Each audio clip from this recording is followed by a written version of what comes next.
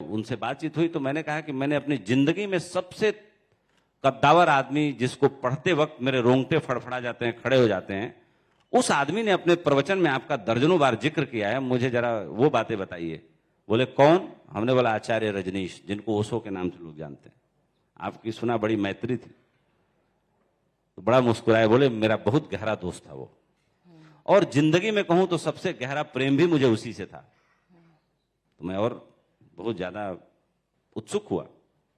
मैंने बोला कुछ बताइए, कुछ घटना बताइए उनके बारे में।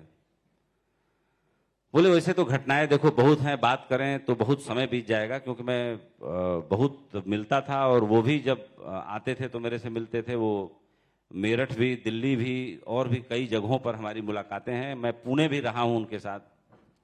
चलो तुमको एक कमाल की बात बताता हूं, मेरे मन में भी जिज्ञासा थी जो मैंने उससे चेक की। मैंने बोला क्या चेक किया आपने? बोले कि मुझे ये आश्चर्य था कि कोई आदमी की लाइब्रेरी में 1.5 लाख किताबें हों और वो 100 साल तक जिंदा भी रहे, और रोज 1-2 किताब पढ़े तो उसको 400 साल जिंदा रहना पड़ेगा 1.5 लाख किताबों को पढ़ने के लिए। इतना जल्दी वो 1.5 लाख किताबों को पढ़ के उन किताबों की समरी उन्हीं किताबों के आखिरी पृष्ठ पे वो लिख देता था। तो मैंने कहा कि इतना तेज पढ़ने की किसी आदमी की स्पीड कैसे हो सकती है? तो मेरे मन में जिज्ञासा थी, पढ़ाकू मैं भी था, मेरा भी संसार साहित्य ही था। तो मैंने उनसे पूछा कि ये बताओ इतना तेज कैसे पढ़ते हो, मेरा मन कर रहा है तुम्हारा टेस्ट करने का। तो उन्होंने कहा कि लाइब्रेरी में जितनी किताबें रखी हैं उसमें से कोई किताब उठा लीजिए। तो बोले कि मेरे मन में थोड़ा सा शैतानी आई और मैंने कोई सबसे मोटी किताब उठाई उपनिषद की, और मैंने उनको बोला कि इसमें से मैं कहां से पूछूं? तो उन्होंने बोला कि मुझे किताब दीजिए। उन्होंने मेरे हाथ से किताब पकड़ी, किताब का पहला पन्ना, शुरुआत के 2-4 पन्ने पलटे, बीच के 2-4 पन्ने पलटे, आखिर के 2-4 पन्ने पलटे, और उसके बाद किताब मेरे हाथ में पकड़ा दी।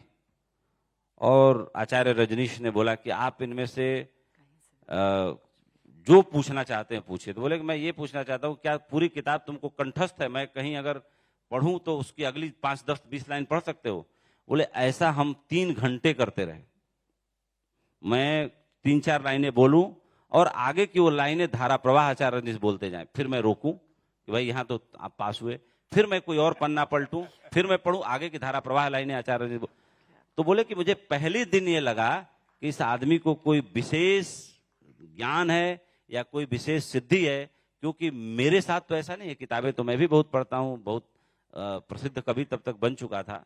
उस दिन मुझे पहली बार लगा कि 20वीं सदी का सबसे प्रखर विचारक अगर दुनिया आचार्य रजनीश को मानने लगी है और पूरी दुनिया में इस आदमी की ख्याति फैलने लगी है, तो हमसे ये ज्यादा विलक्षण और विशेष है ये व्यक्ति।